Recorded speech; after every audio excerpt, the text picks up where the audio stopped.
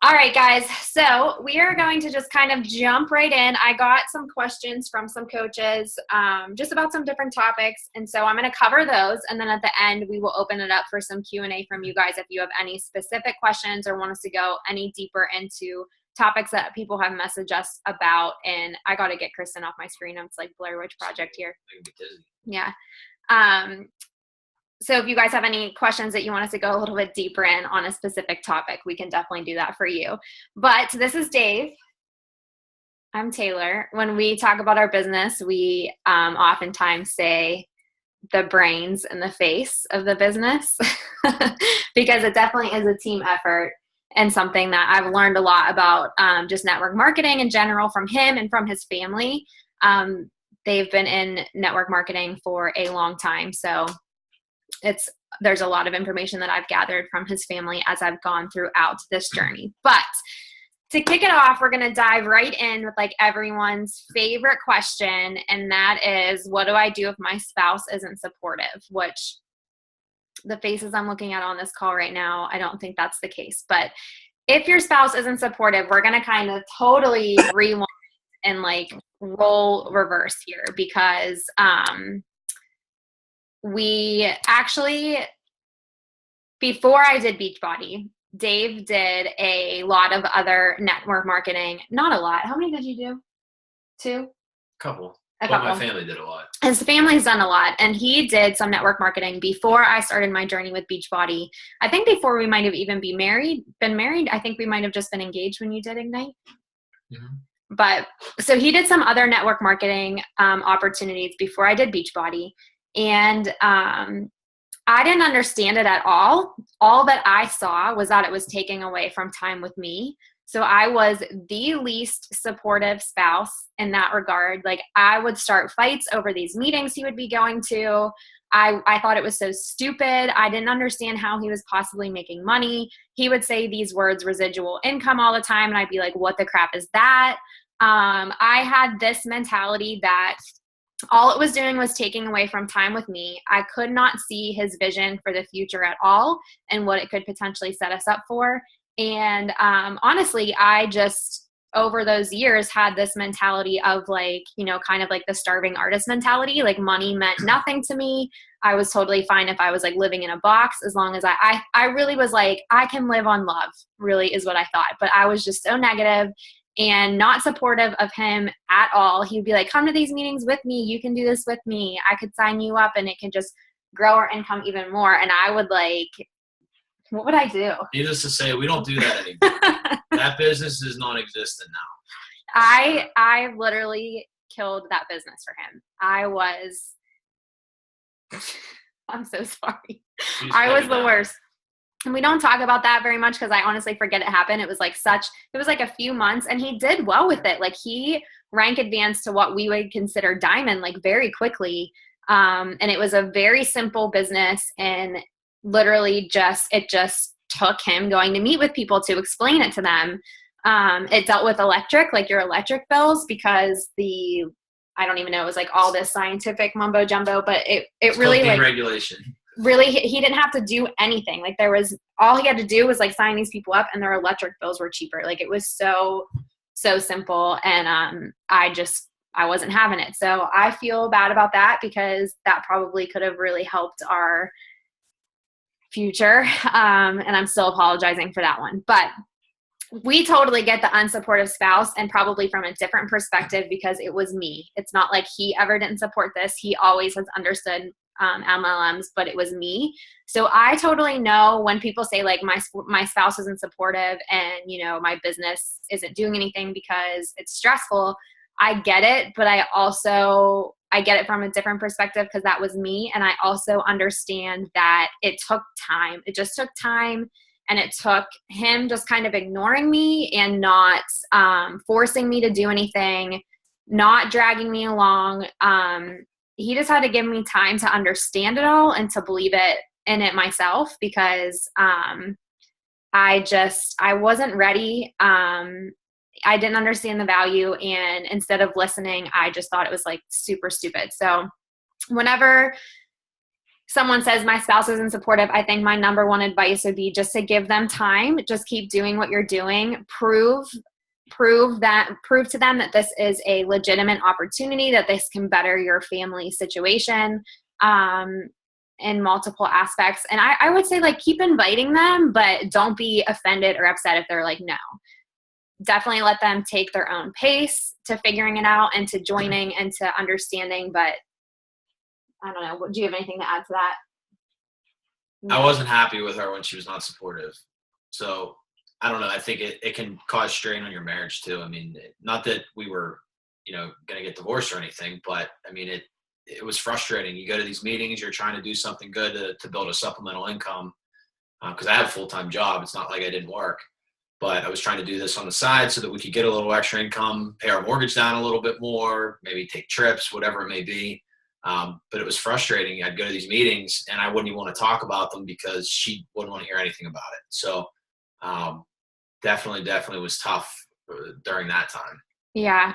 So I think if like you're in a situation where your spouse isn't supportive, or maybe you're the spouse and you're listening to this, I would just say, even if you don't understand what your significant other is trying to accomplish with this business, if they're passionate about it, if they love it, just don't kill their vibe. Like, just let them go, because I totally crashed and burned that business for him because I was so awful that it was more stressful for him to go than to try to, like, he had to quit to keep the peace at home. And like, I have to take full responsibility for that because that was completely my fault. I was really nasty about it. And I wish I would have just been like, okay, do your thing. Like, it's an hour after work a couple times a week. I'll be all right. I could have gone with him and just like, they was always at a bar. I could have sat down at the bar and like drank my wine and scrolled Facebook. But instead I decided to like just totally sabotage that. And that was not the right thing to do. I should have just let him go and been supportive, even if I didn't understand. Because at the end of the day, like, he wasn't doing anything wrong. He was helping people save money. And I was a nasty wife about it. So I'm not proud of that. And we've moved forward clearly because we're here now. But just don't kill their vibe, because you just don't know what that could turn into for your family in general. But I think I'm going to skip a couple of the questions and go right into, because this segues right into, like, how can I set business hours that aren't going to take away from the rest of my family? So I will say that this isn't something that we are 100% always on point with, and we like never mess it up, but because we do have to like reality check each other, more so me, because, I do work a business that sometimes it looks like I'm just scrolling Facebook, but really I'm like working. So I think there's, to someone who doesn't understand what you're doing, it looks like you're just like playing on your phone on Facebook, but in reality, I'm like, I'm talking to someone, like I'm helping them. So I had to set very clear. Emily's busy making out. Sorry. I had to set very clear. We'll wait for you. I had to set very clear business hours that, he understood what was going on, and I understood that these were my business hours. And if I bleed into time that isn't set for business, that is stealing from him and from other people who deserve my attention. So when I started this business, I was teaching dance full time. So that meant every single night I was not at home. So I worked my butt off with this business to get myself home at least one night a week. So my whole first year of the business, my goal was to get home on Wednesday nights. I wanted one night off from the studio.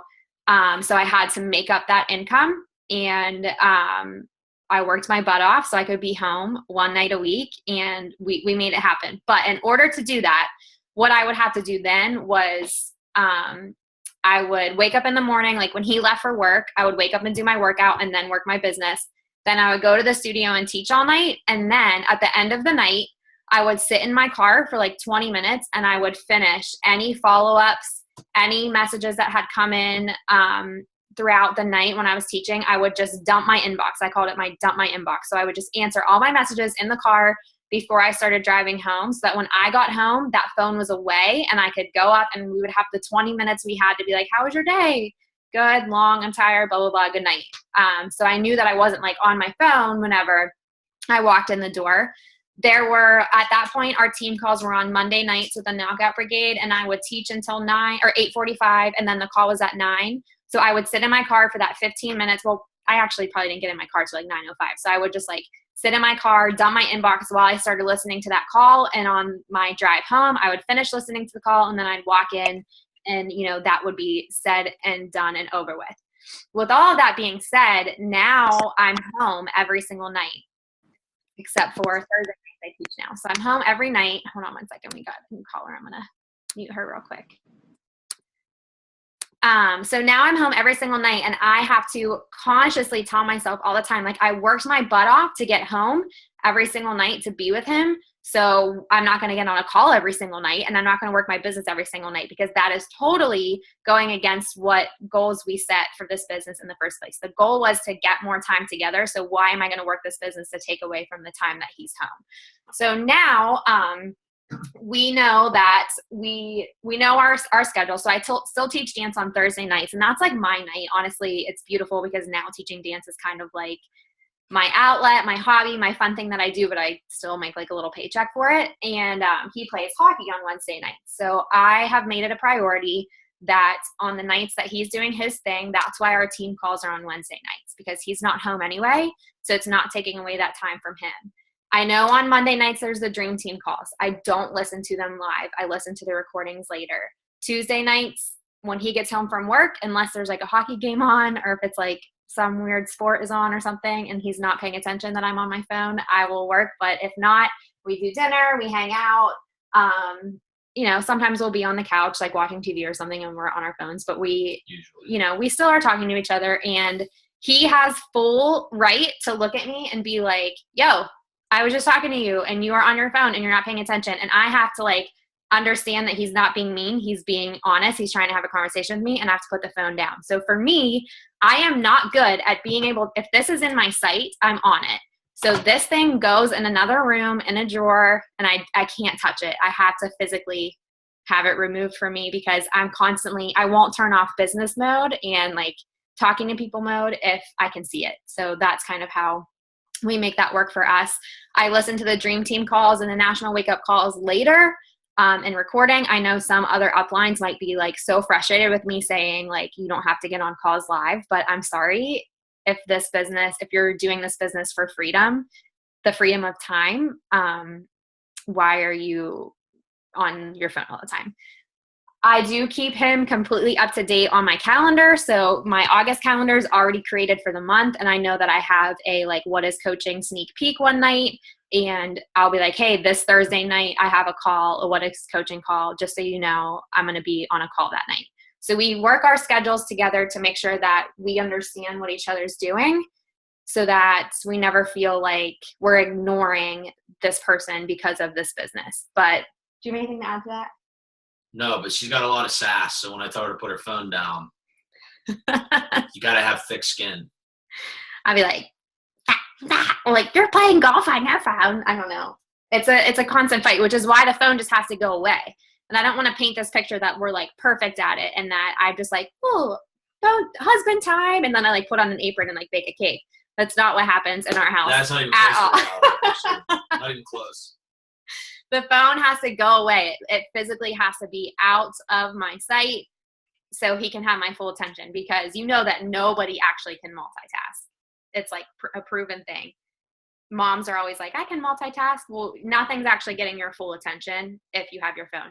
If you have little ones at home, I think this is even more important. Get rid of the phone. Set those hours that you were just like fully in it with them. You know, these days you only get these days once. So set those business hours, and that's really it. Do you have anything else to add on that? No, but setting business hours is what we're talking about, right? Mm-hmm. So to me, setting business hours, if you don't have a specific time frame that you need to get something accomplished, you're going to find something else in its place to do. So for me, I always said, even growing up, if I didn't have a specific time I had to be at a class or hockey practice or whatever, even like this morning, we woke up, we were supposed to work out this morning. I'm a diabetic, so I had a little sugar issue. That's why we didn't work out. But it makes it easy if I don't have to work out at a specific time to just say, oh, I'll do it later. So set specific business hours, because number one, it'll help you with time management. It'll help you get what you need done and accomplished, and it'll provide you time with your spouse. You won't find other things to filter into that time that will delay everything, and then you'll run into that issue of, oh, I never have time. So that's just my advice. And I think too, like I always hear from coaches, like, what do you do all day? And so that's why I've started posting like what I'm actually doing in a day and the time that I'm allotting for it, because our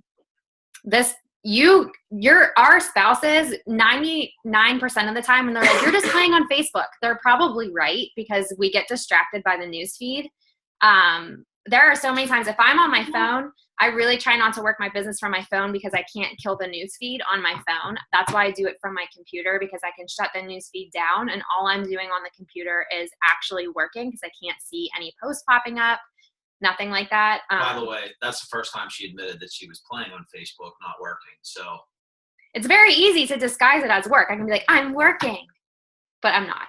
So I think ownership has to come from us too. We say like, my spouse doesn't support me. Well, are you actually freaking working? Or are you scrolling your newsfeed? Like there's some ownership that we have to take too and say, you know, are we getting stuff done when we say we're getting it done? Or are we disguising our mistakes, our scrolling as working so that they don't get upset with us, or we can't give them a reason to be upset with us. So I think in our marriage, I just very much have to like take ownership. Like I work a business and this is my business hours and this is my family time. And I have talked on calls before too about just scheduling that downtime into your marketing, into your posts. Like my challengers know on Friday nights, if they message me, I'm not answering them. I'm probably not going to answer them till like Sunday night.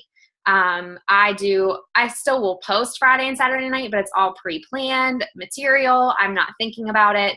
And I don't answer them until Sunday night whenever I sit back down to work again. And they know that about me because I'm posting about the rest that I have scheduled for myself. So there's that too. Hi, Sarah. I'm going to mute you real quick. Okay. Okay, so next topic I think we should jump into is the compensation plan, because that is everyone's like big thing is, why should I sign my spouse up? How does that help me money-wise? And so on and so forth. So, hey, Big Earth. Oh, she muted herself. Thank you.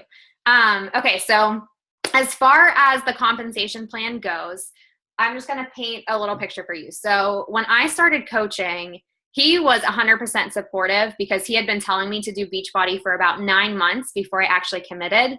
However, he introduced me to this other girl first on Instagram who I was like, she was like a bodybuilder. And I was like, I don't want to hang, like, I'm scared of this girl. I don't want to be on her team. And then sorry, Katie. When I met Katie, I was like, oh, I like that girl. So, you know, I had to find Mike too. Hi guys. So I had to find, you know, looks like they're working out. I had to find the right fit for me and understand that like a normal person could do this business and make that decision for myself. So whenever I finally signed up and I'd be like, oh, I love Katie, I signed up as a Beachbody coach. He'd be like, you do realize I've been telling you to do that for like a year now. Like I said before, you have to come into it on your own time. I was the non-supportive spouse. Women do not like to hear anything out of their husband's mouths when they tell them what to do. So you can't tell your wife what to do, really. Nothing. Yeah. So when I started this business, I really didn't ask him for too much help. I didn't like let him into the business side of things right off the get-go, because all I was hearing was he said I had to get that Shakeology paid for. And so I was like, go, go, go, go, make that money back. Like that was my main thing. Katie told me go Emerald. Or no, she didn't say go Emerald. She was like, get 3 new challengers in your first month, try to sign 2 coaches. So I signed my mom and my aunt as my first 2 coaches. And I think like a friend of the family or something as my 3rd challenger. And I went Emerald and like didn't even know what Emerald was. I didn't even know that I like unlocked this cycling thing. I had no clue what I just did, but she like said I did something good. So I just kept doing it. It wasn't until like I was about to like go diamond and I needed like another coach to control. Like I just needed 1 more Emerald because I built my mom to Emerald, that he was like, why am I not signed up as a coach? And I was like, what? And he was like, why haven't you signed me up as a coach yet? And I was like, I don't know. I didn't know, like, I didn't understand that signing your spouse up would, at the top of your business, would just help your income later on down the road. So I kind of at that point had shot our business in the foot because Dave was like farther down in my organization. So my first two coaches were my mom and my aunt, which means that as my business has grown, those two accounts are at the top of my binary system. So if you look at your back office and you see that you have two legs, your right and your left leg, my mom is at the top of one leg and my aunt was at the very top of the other leg. So bring your hands in. You got to bring them in like this so they can see them. Because if they're here, they can't see them. You got to bring them here. Okay. This is my mom. This is my aunt. So that means everything that I'm adding, coaches that I'm signing after my mom and my aunt, they are accruing all of that team volume from them. So when my mom went Emerald, she was at the top of that leg and my mom was cycling a decent amount because she was at the top of my strong leg. And then Dave is like way down here. And so he has way less volume under him. So whenever he went Emerald, he was cycling less than my mom because he was lower down in my business. So the importance of signing your spouse up at the top of your business is because you want to have them accruing as much volume as possible. So whenever you grow them to Emerald, and now Dave is a diamond, so he's making even more cycle bonuses, that they are cycling at their max potential. They're getting all of that volume. So you're double dipping in the income pool whenever your spouse is signed up first. Correct me if I'm wrong. If I get a Melanie Mitro under you before I signed up, I would no longer benefit from the Melanie Mitro, correct? Yeah. Okay. Yeah. Just so if that helps, like if I would have signed, okay, this is actually a perfect example. Katie Isaac is above Dave and was above Dave. There's been a whole issue with Dave's account, but she signed up before me. She signed up before Dave. And so everything that she was doing and all that volume from her team, he was not benefiting from cycling wise.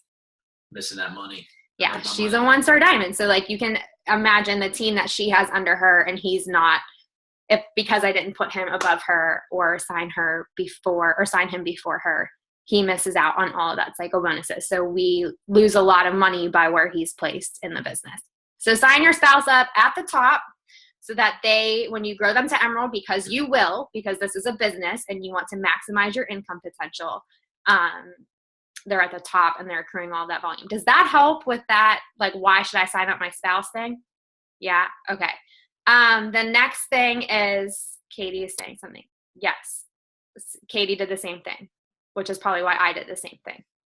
Can you see the chat? Is that an open chat? Everyone can see that. Sign your spouse at the top of your business. As far as cycle bonuses go, understanding. I'm not going to blame you for anything. I'm going to blame Dave. The cycle bonuses, when you're Emerald, you cycle $14 a cycle. When you're Ruby, which nobody goes Ruby unless you're Taylor Molitierno or Dave Molitierno, because I worked at Business Center, you cycle $16 a cycle. And then Diamond cycle $18 a cycle. So you might be like, that's only $4. But when you start to cycle a lot, $4 is a big difference, whenever you're cycling. So how do you cycle?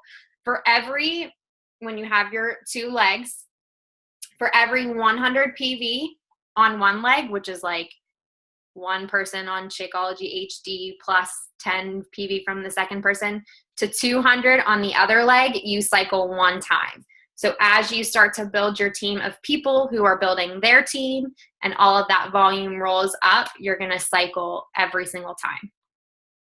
I don't know if that helps.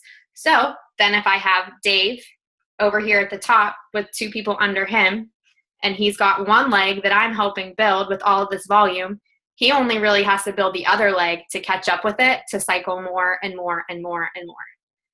Does that make sense? Corporate has a handy video of that if people want the official demo. Perfect. Taylor, can you touch on to when you personally started to see cycle bonuses being the primary source of income too? Okay, yeah. So I will touch on that, Katie, yes. So if you want, Amanda, if you actually have the link to that somewhere and you want to post it in the chat, that would be awesome. Corporate has a video that explains cycling. We're now talking about the importance of where your spouse should be in your business and why you should cycle. So If you can understand cycling, you will start to really understand the benefit of having your spouse or significant other at the top of your business, so that you can maximize that income potential from your business center. So when I explain this to other coaches, I always say, my business center is the mothership, and we always take care of the mothership first, because if my business center isn't thriving, his can't thrive. His won't cycle as much if I'm not adding to it. So we always make sure that my business center is at a minimum of SC10, because SC10 also unlocks paid leads for you. So once you're an Emerald coach, the company gives you, when you're an Emerald coach and you're hitting Success Club, the company gives you leads. So people that go onto beachbody.com or order from the infomercial are assigned a coach. If you've been hitting Success Club and you're an Emerald, that's how you get those leads.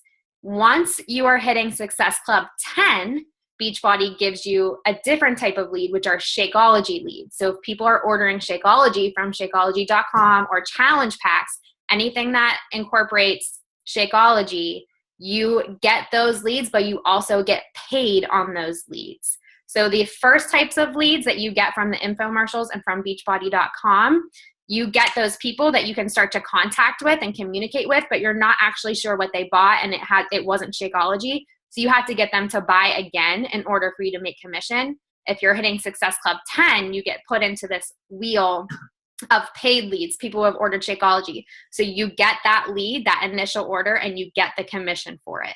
Then you can make the contact with them, keep them on HG, and you'll continue to get income off of those leads. But that you have to be hitting Success Club 10.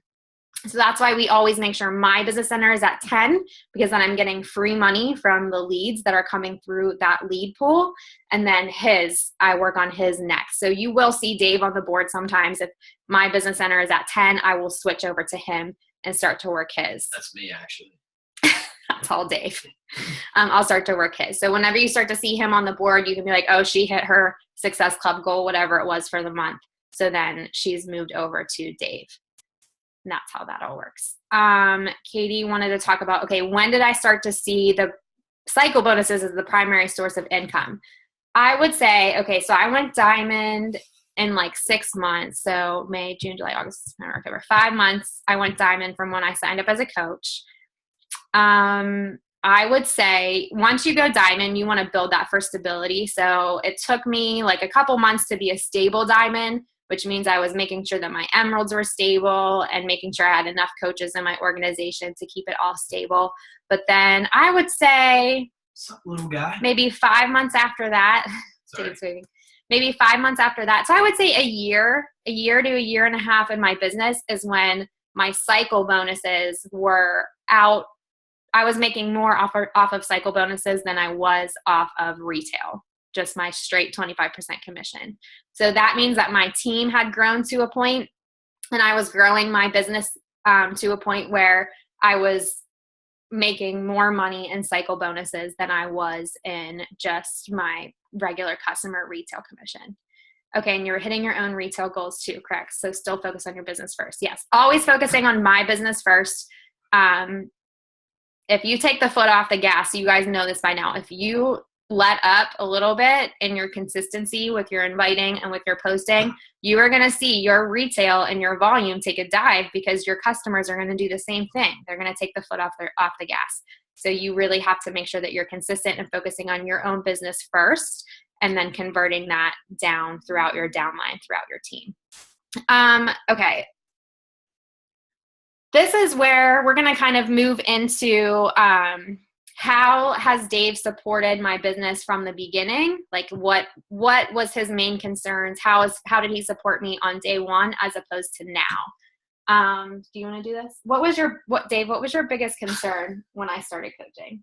I really don't have concerns about these types of things, but the biggest concern, I'm a budget guy. So, I mean, obviously what's the budget going to be? But I also understand MLM. So, you know, what I always look at is what's my annual investment. If I'm putting $100 down a month, you're going to spend $1,200 for not only product, but a business opportunity. So obviously we switched over to the Beachbody products. The shirt I had on previously was a bodybuilding.com shirt. Not that I'm trying to advertise for them, but that's where I used to get my supplements from. So they'd always send you a free shirt or whatever it was when you'd order over $100 or whatever it was. So if I look at what I was actually spending there, when we switched over to Beachbody, it might have been a little bit pricier. So, maybe we're spending $100 versus, $75 a month, but I was willing to spend $25 a month for her to create a business opportunity. I mean, that'd be stupid not to. So I think of everything like a business because I grew up in a family-owned business. That's how I know MLMs, because my parents actually own hair salons in Oakland. If you ever heard of Puccini's, you get a little advertising piece for them. But they also have real estate. So I've been in the real estate stuff as well with them as well.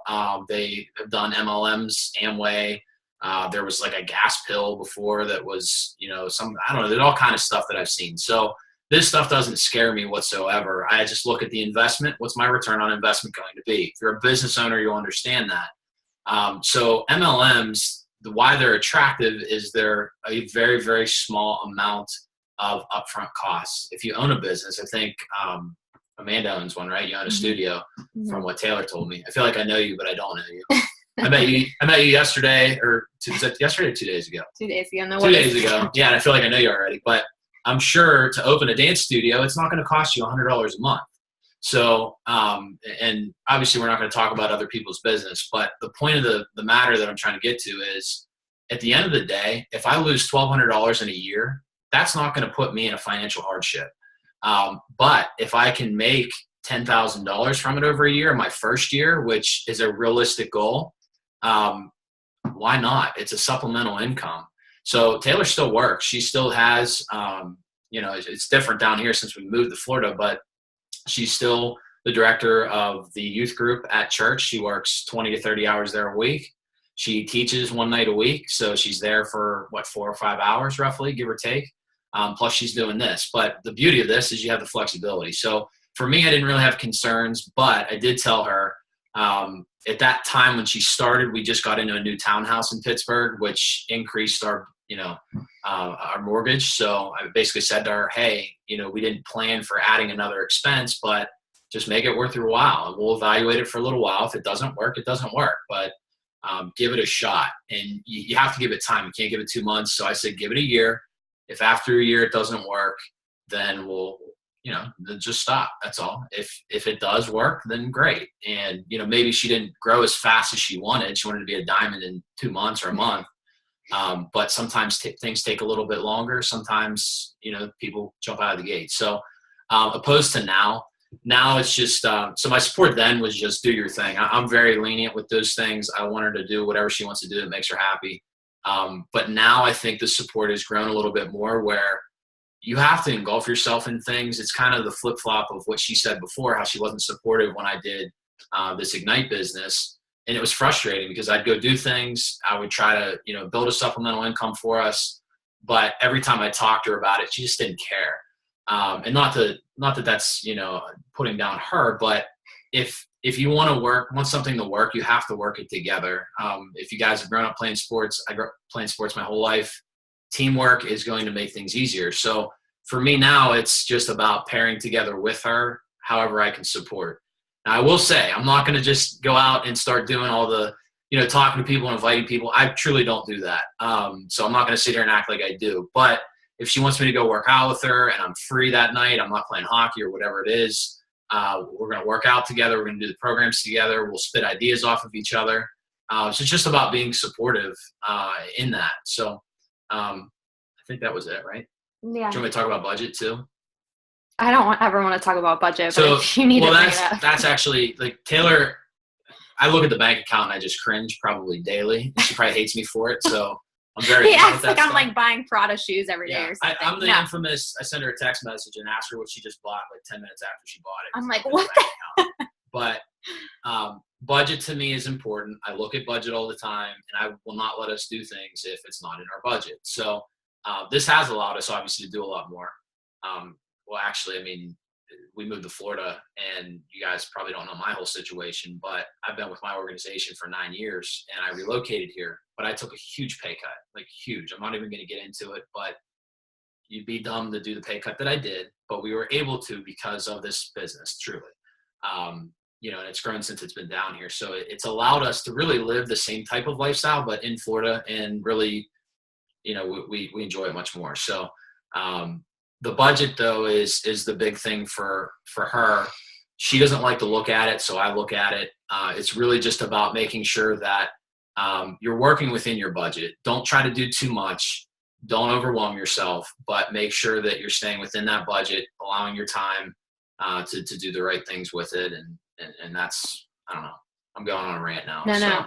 I think that's actually a huge way that he supports me, is that he expects, you know, he sets income goals for me. So since he looks at the bank account every week, every minute, every hour, he set income goals for me. So when we moved down here, actually it's like crazy to hear him say that, because I remember the day that he was like, we can do this, and, you know, I can be happier with my job because of your Beachbody business. Like, we can do this, we can go. I remember being like, I provided this opportunity for our family to be able to make this decision.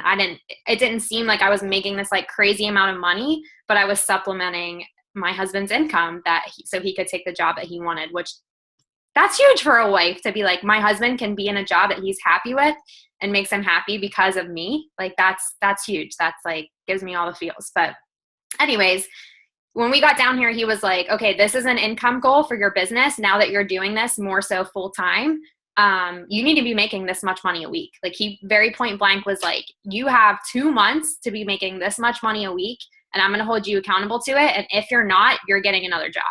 And I remember being like, don't worry, when she hit her goals, she got rewarded. I remember being like, oh my gosh. So, but he put that pressure on because he knew that he would, like, it would motivate me. And then, you know, I bought her a pair of sneakers. Get your mind out of the car. He knew that it would motivate me to hit that income goal. So when we hit that income goal, and the stipulation was that I couldn't just hit it 1 week, I had to hold that income goal for 4 weeks or 5 weeks or something. I had to hold it.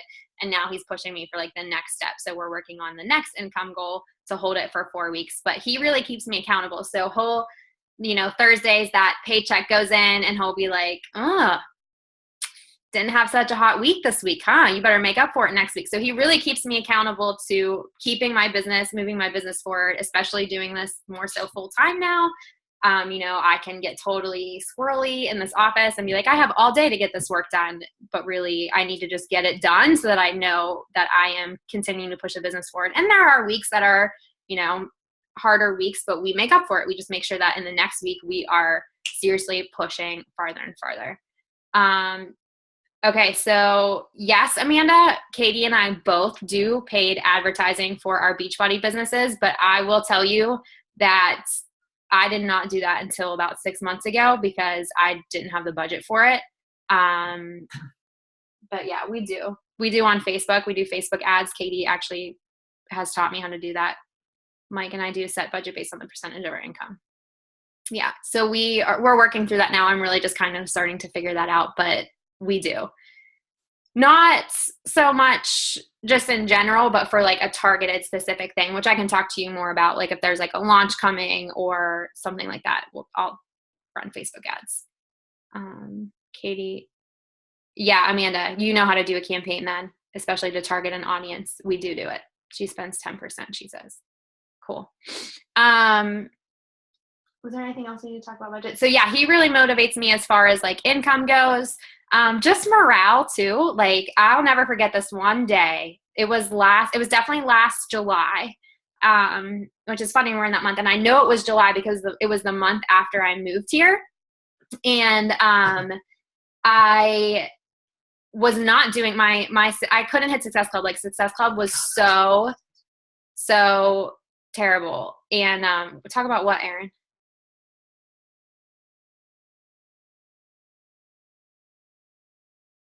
Preparing for taxes. Oh yeah. Okay. Yeah.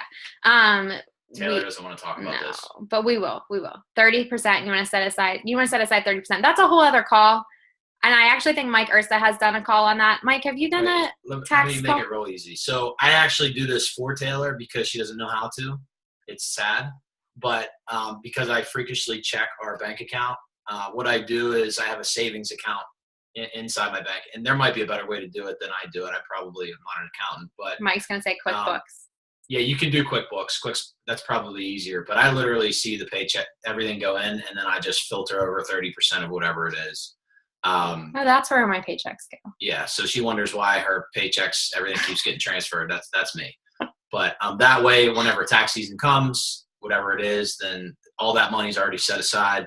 I'm sure there's probably an easier way to do it, but I think it's pretty easy because I'm always in there anyway. So whatever way you want to do it, just I would say make sure you're setting aside 30%.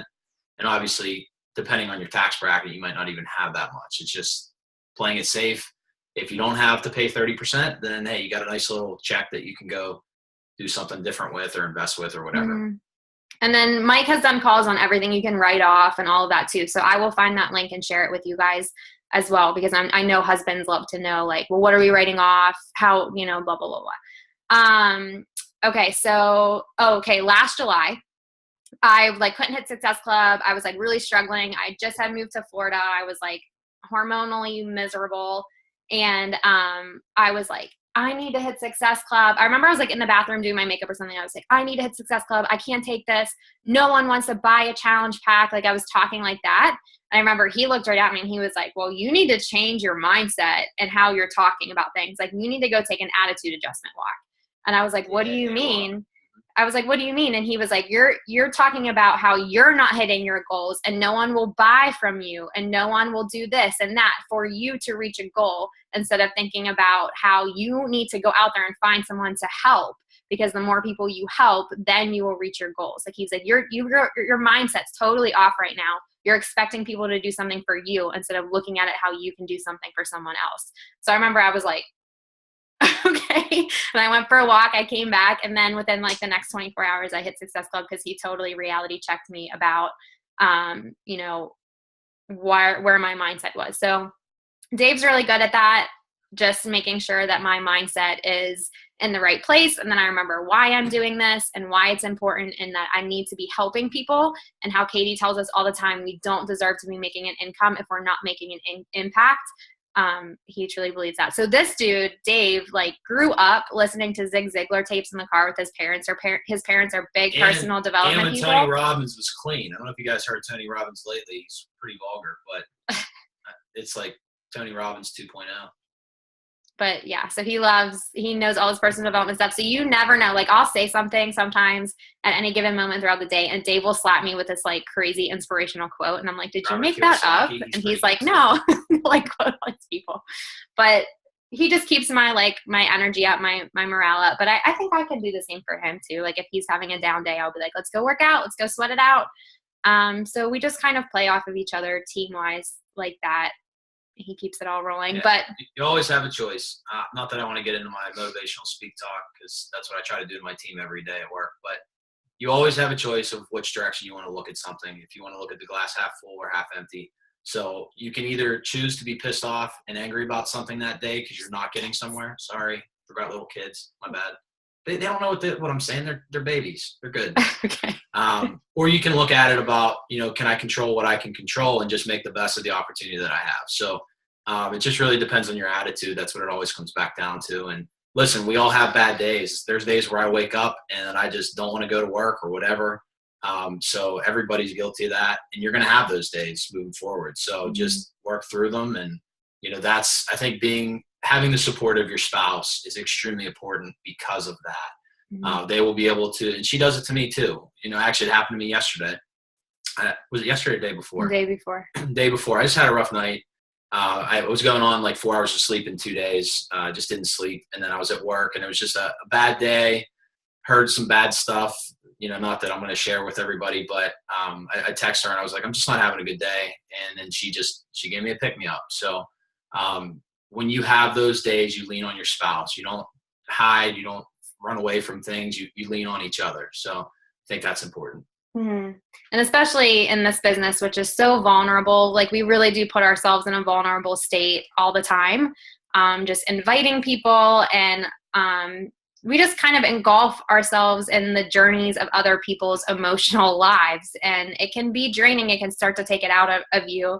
And I think it's really important to make sure that if something like that's going on, if you're feeling, a certain way because of something going on in your business, that you just say to him, like, I'll just be like, I have this challenger that's really struggling right now, and just really struggling, like all this stuff's going on in her life and I'm having a hard time supporting her. Is there like that's kind of why I,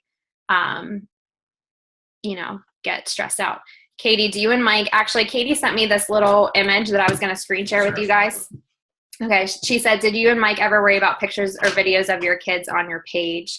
And she actually, I was going to screen share this image, but she said like that was one of Mike's concerns, was just privacy, content of Katie's posts, putting herself out there, and lack of privacy at the beginning.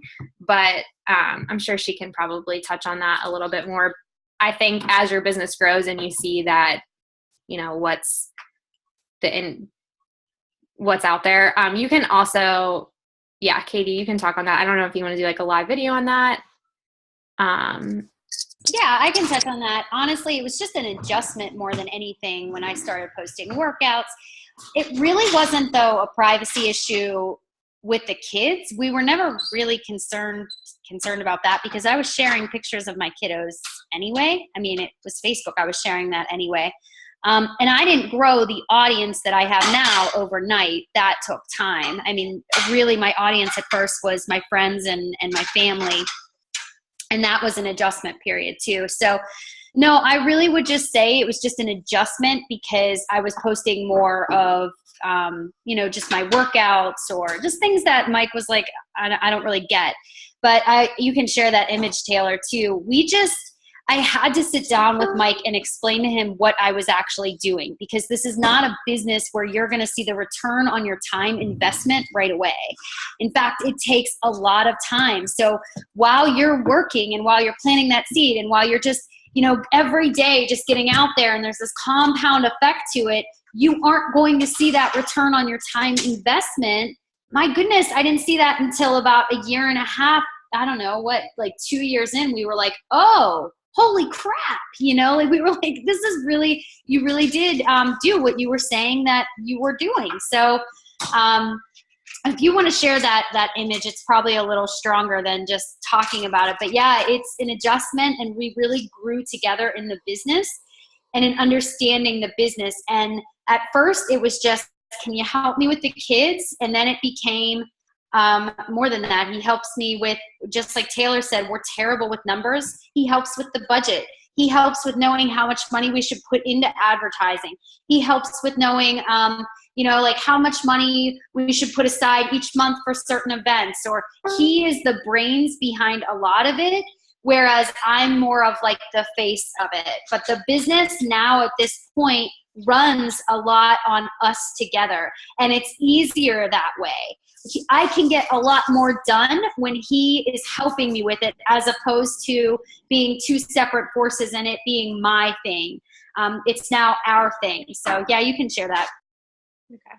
There's the image that she created. So support in the beginning, supportive, but it was her thing. So we're talking about Mike now. But this is kind of, when I was reading this, I was like, yeah, Dave and I are probably the same way. In the beginning, he participated in the workouts and the nutrition, helped with kids on the weekends while Katie worked. Guys, I would say, like, at the beginning, I was, like, begging Dave to do these workouts with me, and he really didn't want anything to do with it because he was doing his own thing at the gym. He was like, I already do my thing, but then, I agreed to do a workout program that he would enjoy. So I did Body Beast so that he wanted to lift. So I was like, all right, I need to lift then. If I want to work out with my husband, I need to do something that he's going to enjoy. So then we did Body Beast. He started using all the Beachbody supplements and everything just to support my business at the beginning, but now and they're way better. And they're way better. He could do a whole other call on how much better the supplements are anyways. And then helped with kids on the weekends while Katie worked. So, sometimes like Dave will know, like Sunday nights I'm working, and that's that.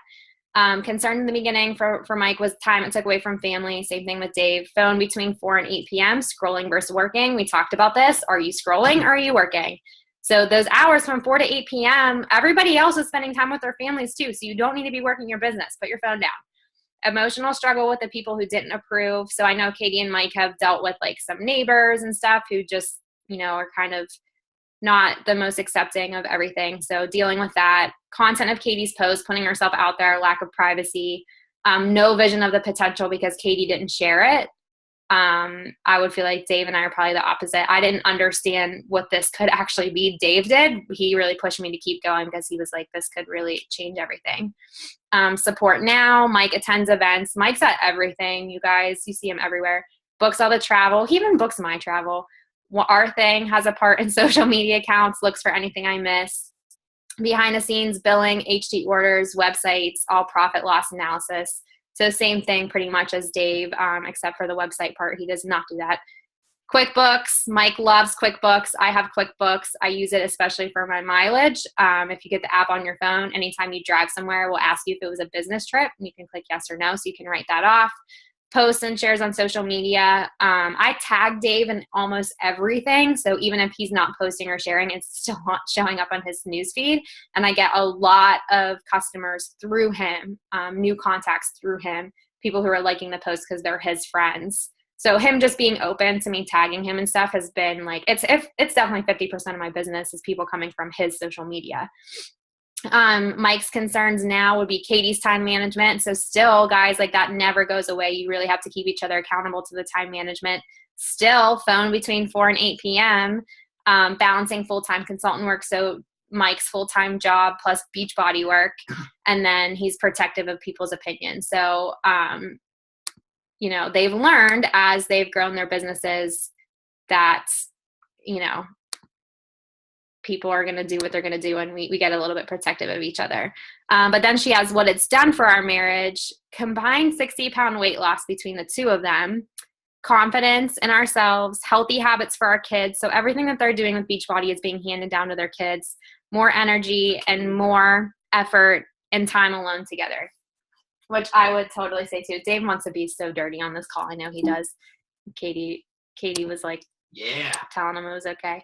But yeah, happy wife, happy life. And guys, like, you all know what happens when women get more confident with themselves. We don't need to like really go too much more into that. But when I'm confident, I feel better. I want to show off for my husband, There's you know, that kind of stuff. But anyways, that's pretty much it. Do you guys have any questions? I just want to open it up if you have any questions that you want to ask specifically that we didn't touch on, because there's so much that goes into running this business and having him on board or me on board and vice versa, and, you know, the ebbs and flows of it all. But if you guys have any specific questions, we can answer that now. Did you unmute everybody? They can unmute themselves, I think. Oh. Anybody? No, a lot of information. So if there's, Jessie's got a thumbs up. Someone talking?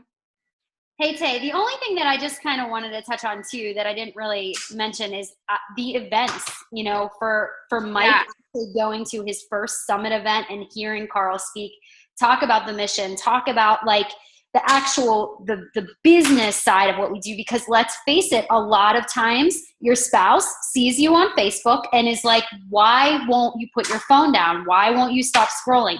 It's like that idea of actually having to see what your business looks like. And I remember one Sunday sitting down with Mike. I was about 2 months into the business. I was hitting Success Club, but I wasn't making that much money, and the kids were playing and I was on the computer, and Mike said, "What are you doing?" And I said, "You know what, let me show you."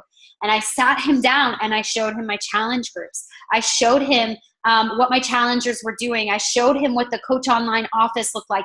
I showed him some of the training materials that I was looking over. So I actually walked him through. It was my responsibility to walk him through what I was doing as a coach. You know, a lot of times that support isn't there because they just don't understand, and it's our job to teach them that. So I want to make sure that you understand that if you want it to be a partnership, it's our job too to make sure that they're getting what the business is, what it entails, what the vitals are, what they look like. Because then you, as the CEO of your business, take on another role and you become more accountable to what you need to be able to achieve. Because your spouse starts to say, oh, this is what you need to do. Just like Dave said to Taylor, you know, you didn't make a lot of money this week. What's going on with that? Or what do you mean you're not at Success Club yet? There's an accountability piece, and guess what that does? it levels you up as the owner.